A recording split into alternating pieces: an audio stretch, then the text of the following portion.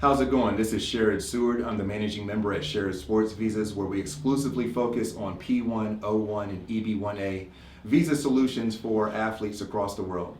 And today I'm talking about the XFL and the best avenues that are available to bring in international players.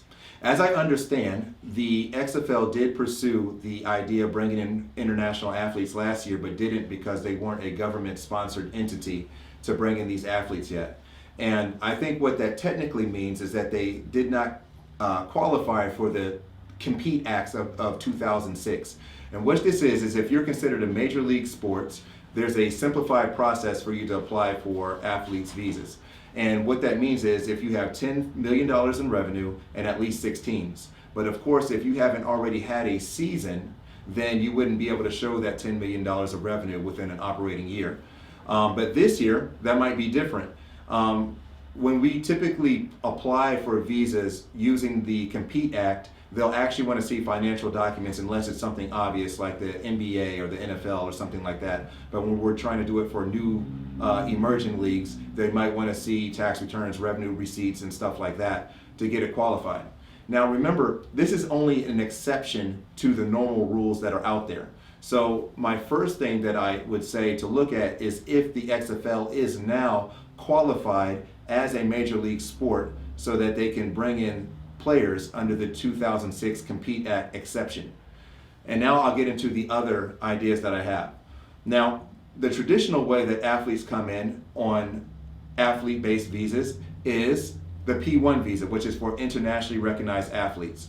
Now, this can be hard in team sports, especially football, because there's no international rankings.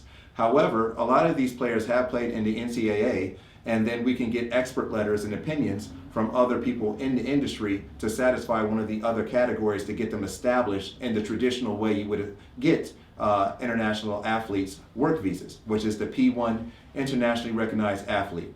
And it'd just be not using the exception, but just going through the normal process of establishing eligibility for the players. And since the XFL has big broadcasting reach, we know that the itinerary should be fine too.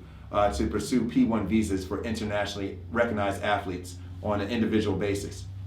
The other thing I suggest when I'm dealing with new leagues is that they get about 5 of their best, most known players and try to get one of them an O1A visa. An O1A visa is for extraordinary ability nationals. And that's not just athletics, but could also be sports execs and things of that nature.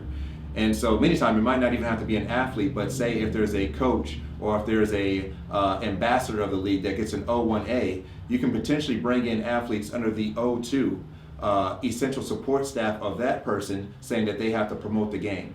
For example, I was doing some consulting for an international pro disc league to where they had a lot of athletes that weren't known that much. But the one that was known was also an ambassador of the sport itself and of the league. So then we argued that he needs other athletes to help him support the promotion of the league, which involved competitions. So therefore, those athletes were allowed to come under essential support staff under the O1 and O2 visa categories to compete as to promote the league as a whole. And remember, the O1 doesn't have to be an athlete. It could be someone in the executive, the production of the TV part of it, or just somewhere that we can say that they need to promote the league as a whole. And that promotion of the league would involve athletes competing that they would need to show as the product. The third way to get athlete visas without being approved as a government-sponsored entity or somebody that qualifies under the 2006 Compete Act is the H-2B seasonal worker program. In fact, the Compete Act was made because hockey players typically always came in the minor leagues under H-2B, and there's a cap to these visas. So it's not like you can just get 1 million H-2B visas in the United States. I think this year there's only 300,000 of them. And most of them are needed to do farm work and seasonal work in places like Cooperstown, where the Baseball Hall of Fame is.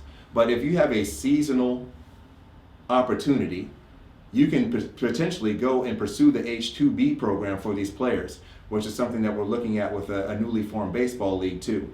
Now the drawbacks of this is that it is cap based, so there's only a certain amount of these visas given out per year. but it's relatively inexpensive and it fits well with seasonal employment, which of course what sports is, and the reason the 2006 Compete Act was formed in the first place, which was because too many minor league hockey players were taking up the H-2B visas instead of the agricultural workers that we needed to do it. So to recap, my number one suggestion is to see if you do qualify for the 2006 Compete Act. Number two, look at individual athletes you're interested in and see if you can get them qualified as internationally recognized athletes. Number three, look to see if there's someone within the organization that qualifies for O1 and that can have a pathway to promote the sport itself of the XFL football and get O2 visas for athletes to compete to promote the brand as a whole. And finally, number four, look into using the traditional H-2B program to get seasonal workers for the next season. I hope this was helpful, and I look forward to a further breakdown in person.